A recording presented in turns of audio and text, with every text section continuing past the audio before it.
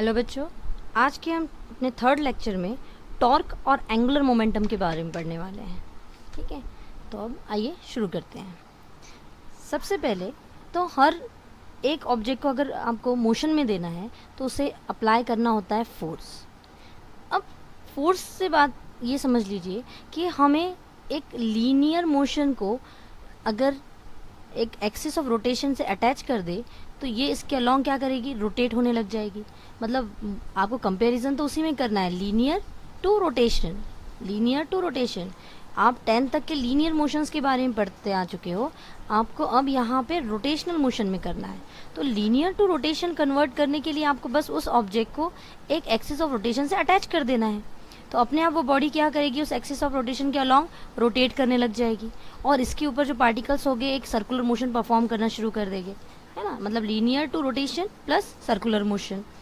That means अगर linear में आप डिस्प्लेस कर रहे हो उस ऑब्जेक्ट को एक पॉइंट से दूसरे पॉइंट पे, तो यहाँ पे ये ऑब्जेक्ट रोटेशन मोशन में एक एंगल का जिसमें डिस्प्लेस होगा, इसका एंगुलर डिस्प्लेसमेंट हो गया। लीनियर में वो ए पोजीशन से बी पोजीशन पे आएगा और रोटेशन में वो इस ए पोजीशन से रोटेट होके बी पोजीशन पे आएगा, फॉर्मिंग एन एंगल।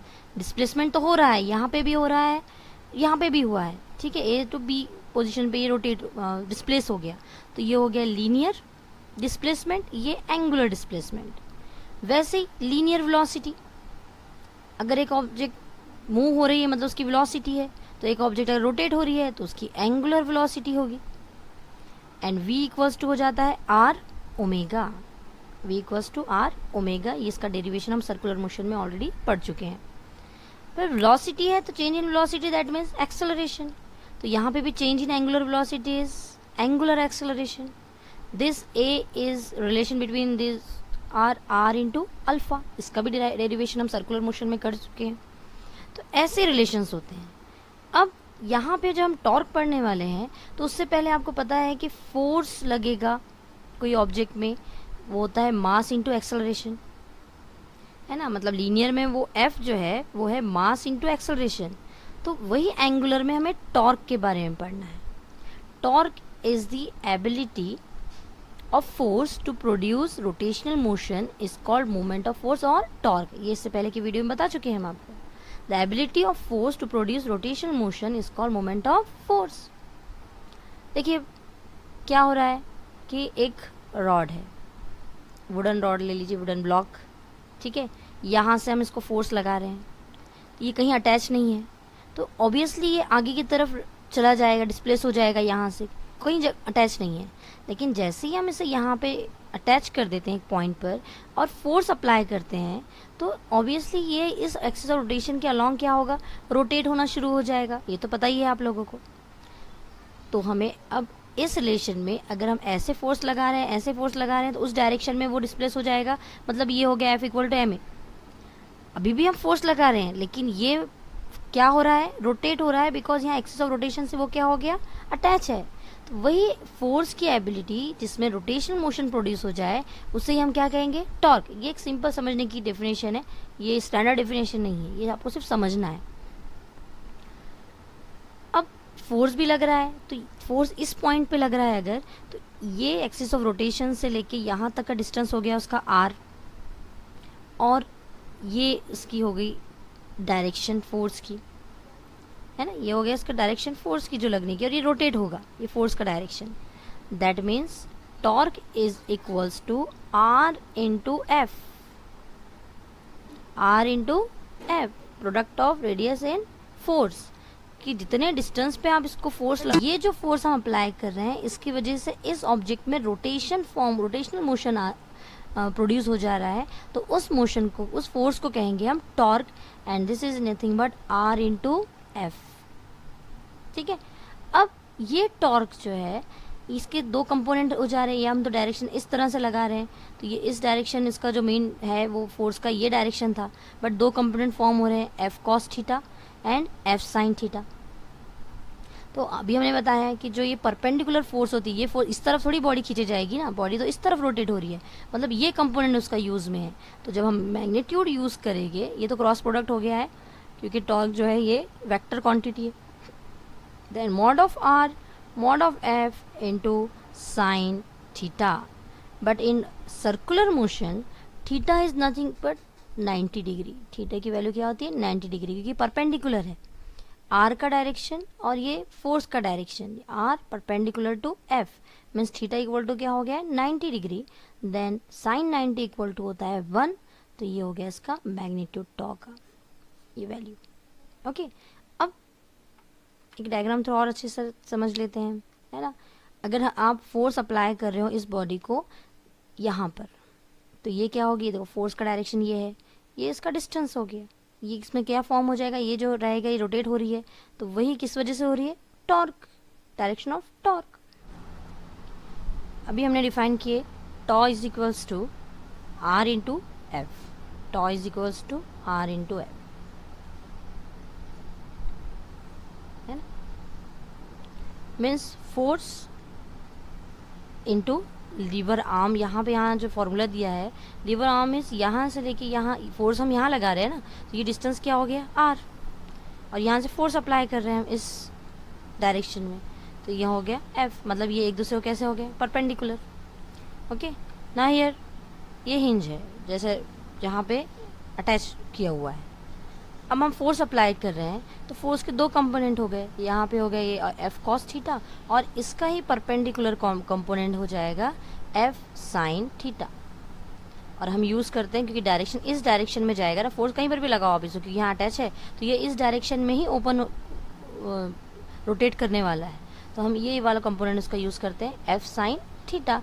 और रोटेशन मोशन में, सर्कुलर मोशन में थीटा इक्वल्स टू क्या होता है 90 डिग्री, क्योंकि ये जो है इन दोनों के रिलेशन ये क्या हो गया 90 डिग्री, इसी डायरेक्शन में जा रहा है ना, तो ये दोनों एक दूसरे को कैसे है परपेंडिकुलर है. देन जो हमने वेक्टर क्वांटिटी से हमने इसे मैग्नीट्यूड में फाइंड आउट कर लिया था, ये हो गया था F sine theta. Theta equals to 90 degree, then we put 90 here, then sine 90 equal to 1, therefore tau is equals to R into F. अब कुछ चीज़ों से हम ये समझ सकते हैं कि अगर हम ये रेडियस, मतलब ये दोनों एक दूसरे कैसे हो गया प्रपोर्शन, जितना ज़्यादा रेडियस उतना ज़्यादा टॉ मीन्स फोर्स लगेगा आपको, है ना. इजीली भी ओपन हो जाएगा. यहाँ आप बहुत कम फोर्स अगर यहाँ आप होल्ड कर रहे हो तो यहाँ आप बहुत कम फोर्स पे अप्लाई कर पाओगे ओपन करने के लिए, लेकिन ये ओपन करने में भी डिफ़िकल्ट होगा. अब हम अगर दरवाज़ा ओपन कर रहे हैं तो हम इसे यहाँ जहाँ अटैच है वहाँ पकड़ के नहीं ओपन करते, हम यहाँ दूर से उसे खोलते और बंद करते हैं. मतलब यहाँ से इसका डिस्टेंस क्या होता है ज़्यादा होता है, तो ये इजीली हम इसको खोल बंद कर सकते हैं. यहाँ पकड़ के हम इसको धक्का नहीं देते. तो वही है, बस सिंपल लैंग्वेज में एक समझ लीजिए कि अगर लीनियर मोशन में फोर्स m इंटू ए है, तो रोटेशनल मोशन में ही ये फोर्स है, ये भी फोर्स ही है, लेकिन ये रोटेट कर रही है बॉडी को, और वो होता है r इंटू एफ. ये हमने एक पर्टिकुलर ऑब्जेक्ट के लिए कर दिया. We have to find the expression of torque with constant angular acceleration. ठीक है, पहले तो हमें लीनियर एक्सेलरेशन या लीनियर मोशन और रोटेशनल मोशन में डिफरेंस मालूम हो जाना चाहिए, है ना. तो वही हमने लीनियर और रोटेशनल में बताया कि v जो s डिस्प्लेसमेंट है वो थीटा होता है, v जो है वो ओमेगा है इसमें सर्कुलर में, a जो है लीनियर एक्सेलरेशन है वो अल्फा से रिप्रेजेंट होता है, और f जो है वो टॉ से रिप्रेजेंट होता है. ये अच्छे से ये रिलेशन आपको याद होना चाहिए.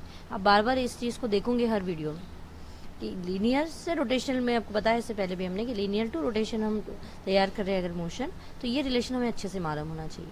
ना v इज इक्वल्स टू होता है R omega and a equals to होता है आर अल्फा. ये रिलेशन भी इम्पॉर्टेंट है एंगुलर एक्सेलरेशन और लीनियर एक्सेलरेशन में भी, और लीनियर वेलोसिटी और एंगुलर वेलोसिटी में. Okay, now consider body to be made up of n particles of masses m1, m2 and mn at a distance of r1, r2 to rn. ठीक है. As body rotates, each particle revolves in a circle with constant angular acceleration with different linear acceleration. ठीक है.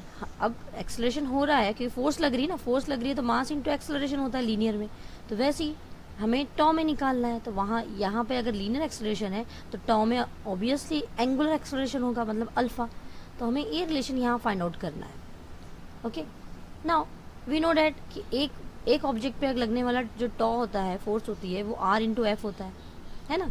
और हर एक इस पे यहाँ पे हमें F1 F2 और ये फोर्स, ये सब हम एक ही साथ अप्लाई कर देंगे, अलग अलग अप्लाई नहीं करते हैं ना। Total torque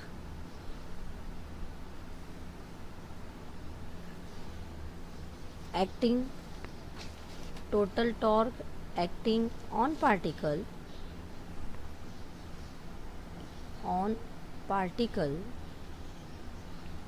of mass mn या फिर और सम ऑफ इक्वल, ये जो total torque acting on the body, particle नहीं आएगा, क्या आएगा, on body, is tau equals to टॉ1 प्लस टॉ2 प्लस 3 अप टू टॉn, है ना।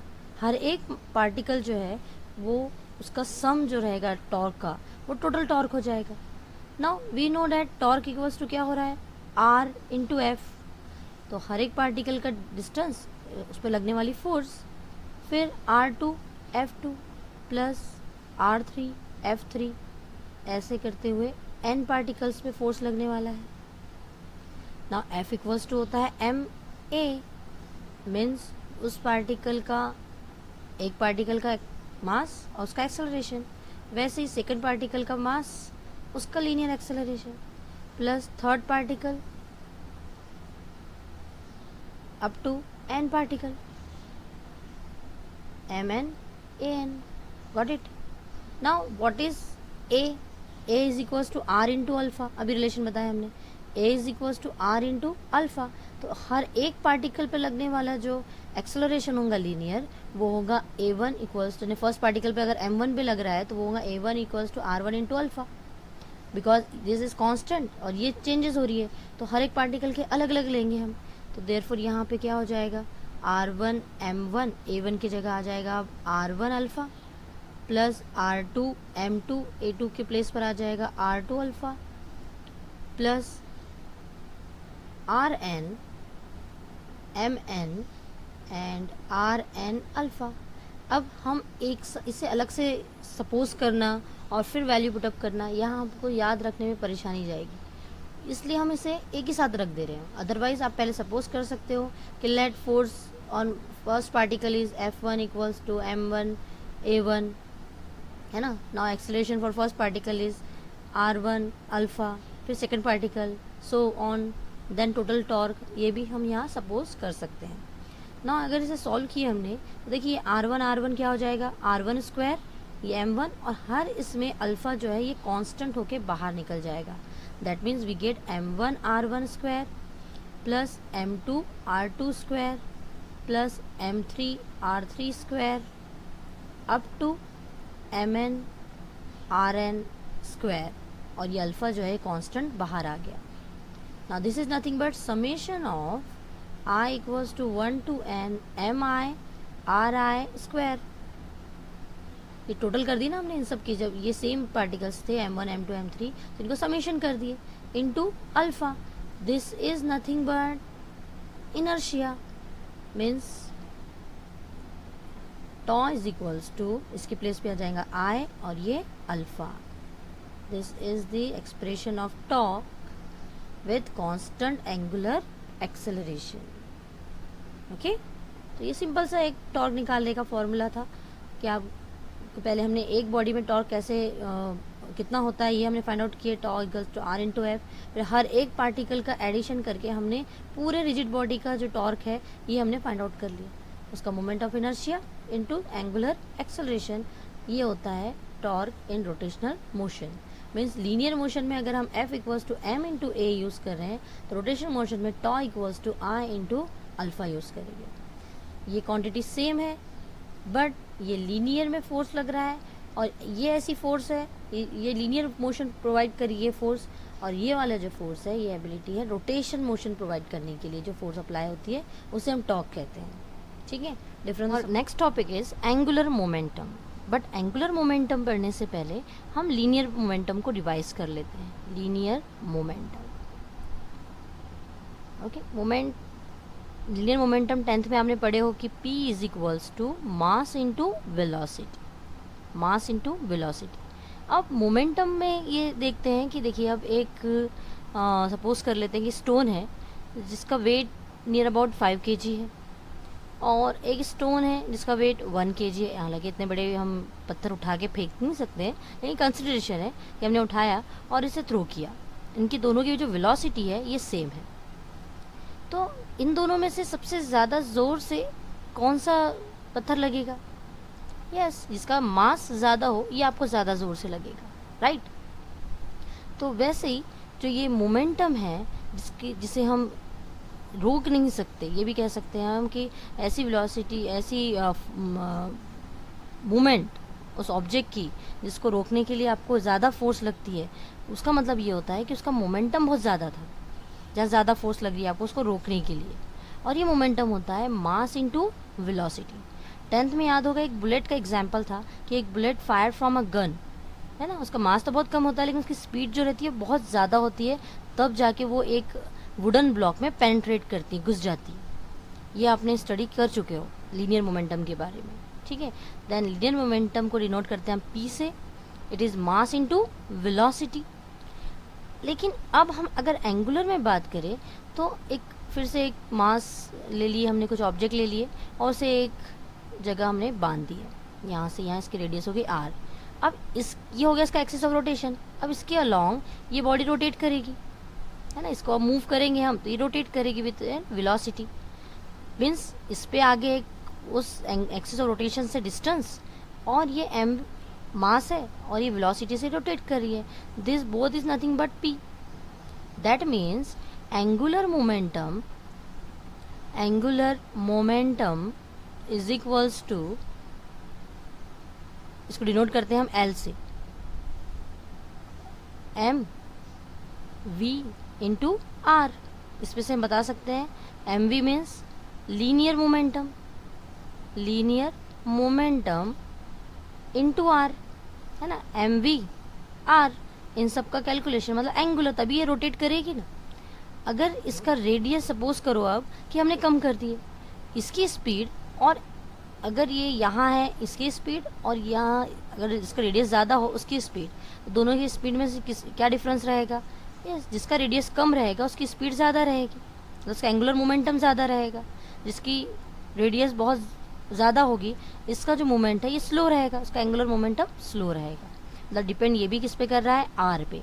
और हर रोटेशन के अंदर आपने ये देखे होंगे कि हर एक ऑब्जेक्ट एक एक्सिस ऑफ रोटेशन के ही अलोंग रोटेट हो रहा है, मतलब उसका वो डिस्टेंस नोट किया जा रहा है ना। ये R is important rotational motion, उसका जो डिस्टेंस है ये इम्पॉर्टेंट है, उसी पर डिपेंड। जितना ज़्यादा आर होगा मतलब रेडियस होगी, डिस्टेंस होगा एक्सिस ऑफ रोटेशन से, उतना ज़्यादा उसका जो रोटेशन है वो उतना ज़्यादा स्लोली होगा। जितना कम रेडियस रहेगा उतना रोटेशन उसका फास्ट होगा। ये तो कॉमन सेंस की बात है। यहाँ पे आपको सिर्फ कंसिडरेशन के साथ साथ एक सोच को भी आपके जो है वो बढ़ाना होगा कि हम किस बारे में स्टडी कर रहे हैं। Linear momentum means p into R, ये हो गया आपका एंगुलर मोमेंटम। एंगुलर मोमेंटम की ये तो मेन बेसिक डेफिनेशन है, p की वैल्यू पुटअप की हमने। अगर हम सीक्वेंस से जाए then angular momentum is equals to linear momentum, साथ साथ में याद भी करते जाना है आपको, into radius. Linear momentum is nothing but p into R, p is nothing but mass into velocity into r, that means L equals to mvr।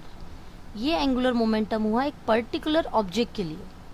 अब हमें निकालना है एक टोटल रिजिड बॉडी के लिए, जो हमें रोटेशन निकालना है, एक टोटली रिजिड बॉडी के लिए एंगुलर मोमेंटम हमें फाइंड आउट करना है। Expression for angular momentum with constant angular velocity. अभी हमने देखे कि मोमेंटम जो है, लीनियर मोमेंटम जो है वो है p is equals to m into V, linear velocity पे डिपेंड कर रहा है। मतलब अगर हमें लीनियर वाला रिलेशन पता है तो हम इसके थ्रू हम रोटेशनल जो मोशन है उसमें हम उस मोमेंटम का, उस वेलोसिटी का, उस टॉर्क का हम सारा डेरिवेशन कर सकते हैं। ठीक है, तो हमें अब लीनियर मोमेंटम पता हो गया है कि p इज इक्वल्स टू होता है m into V. Now consider a body to be made up of m particles m1, m2, mn at distance of r1, r2 to rn. As body rotates, each particle revolves in a circle with constant angular velocity. ये जो है ये perform कर रहा है with constant angular velocity with different linear velocity. ये तो पता है कि रोटेशन मोशन में एंगुलर वेलोसिटी जो होता है कांस्टेंट होती है और लीनियर वेलोसिटी वो डिफरेंट होती है। स्टार्टिंग में बताया आपको हमने। मीन्स अभी इससे पहले जो हमने एल फाइंड आउट किए थे, L equal to M V R, ये एक पर्टिकुलर मास के लिए, पर्टिकुलर ऑब्जेक्ट के लिए था। बट हियर ये एक टोटल रिजिड बॉडी के लिए हमें एंगुलर मोमेंटम फाइंड आउट करना है। ठीक है, तो एक तो हमें पता हो गया यहाँ। अभी इससे पहले कि टॉर्क में हमने देखे हैं कि v इज इक्वल टू होता है आर ओमेगा, यहाँ पे ओमेगा कांस्टेंट है, तो ये सब रिलेशन हम यहाँ पे यूज करेंगे। Now the total angular momentum is L of different particle क्या होगा, L1 plus L2 plus L3 plus up to Ln particles का पूरा टोटल मोमेंटम अगर फाइंड आउट करना है तो इन सब की क्या होंगी, सम होगी। इसके इक्वल होगा total momentum, sum of all angular momentum of all masses is the total sum of angular momentum. ठीक है, अब L1 की वैल्यू है आपके पास, L की वैल्यू क्या आती है, mvr, तो यहाँ आ जाएगा फर्स्ट पार्टिकल के लिए m1 v1 and r1 plus m2 v2 r2। ऐसे करते करते हम कितने पार्टिकल्स के निकाल लेंगे, n पार्टिकल्स का, m1 v1 rn। Now v, अब यहाँ पे हमें v की वैल्यू पुटअप करनी, m और r तो हो गया अपना m1 और ये r1। This v is become r1 omega by this relation v equals to r omega, है ना। यहाँ लिख सकते हैं हम we have linear velocity v is equals to r omega, therefore first particle v1 then r1 omega. फिर put करो, यहाँ हमने क्या किया, डायरेक्टली यहीं पुट कर दे रहे हैं कि आपको अलग अलग लिखने की, याद रखने की जरूरत ना पड़े। प्लस m2 ये r2 और ये v2 की वैल्यू आ जाएगी r2 ओमेगा। ऐसे ही सारे पार्टिकल्स का हम पुटअप करेंगे, तो n पार्टिकल का क्या होगा, mn rn, और ये vn की जगह आ जाएगा rn ओमेगा। ना ओमेगा इज कांस्टेंट तो वो बाहर निकल जाएगा और r1 r1 का स्क्वायर हो जाएगा, m1 r1 square plus m2 r2 square plus ऐसे करते करते हम निकाल देंगे फिर से mn rn स्क्वायर, और यहाँ से कांस्टेंट बाहर कौन निकला, ओमेगा। टॉर्क में अल्फा निकला था क्योंकि वो फोर्स लग रही थी वहाँ, यहाँ पे मोमेंटम है मतलब वेलोसिटी है लीनियर, इसलिए ओमेगा कांस्टेंट बाहर हो गया। Now this is nothing but summation of I equals to 1 to n mi ri square, और यहाँ आ गया omega. Now what is this, this is inertia, therefore L equals to I into omega. ये आ गया अपना expression for angular momentum with constant angular velocity. That's it. समझ में आया कि एंगुलर वेलोसिटी कैसे, एंगुलर मोमेंटम कैसे एक्सप्रेस किया हमने। ठीक है, मीन्स अब लीनियर मोमेंटम में p इज इक्वल्स टू होता है m इंटू वी, तो वही एंगुलर मोमेंटम होगा L equals to I into omega. Linear momentum में फोर्स इक्वल टू था m इंटू ए, तो वही रोटेशनल मोशन में टॉर्क इक्वल्स टू हो गया था I इंटू अल्फा। देखिए linear acceleration, angular acceleration, linear velocity, angular velocity. सिर्फ mass is replace with inertia because ये डिस्टेंस पे कनेक्ट हो रहा है, और I इक्वल्स टू हो रहा है एम आर स्क्वायर, ये डिराइव कर चुके हम।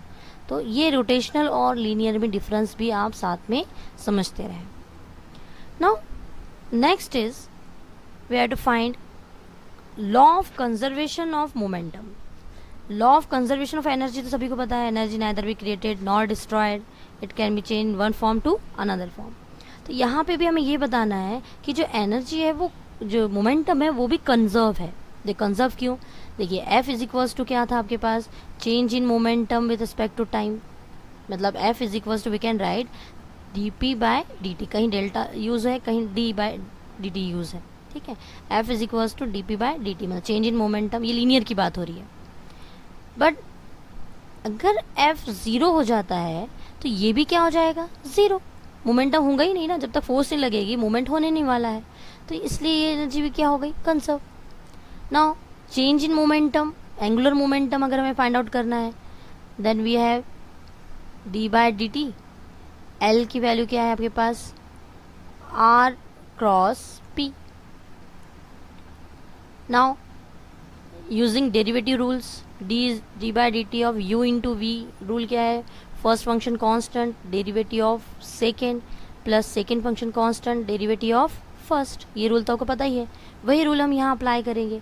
ये first function constant derivative of second plus second function constant into derivative of first.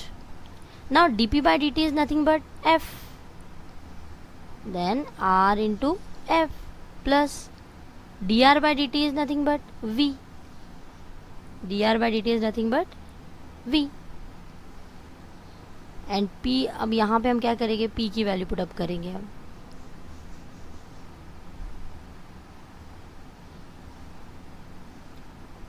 Okay.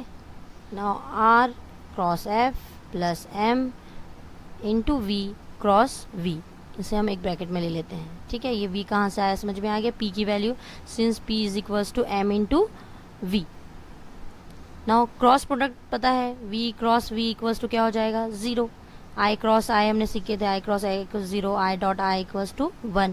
Dot product cross product के अकॉर्डिंग v क्रॉस v अगर सेम है तो वो क्या हो जाएगा, 0। तो रिमेनिंग क्या रह रहा है यहाँ पे, r क्रॉस f, ये हो जाएगा पूरा 0।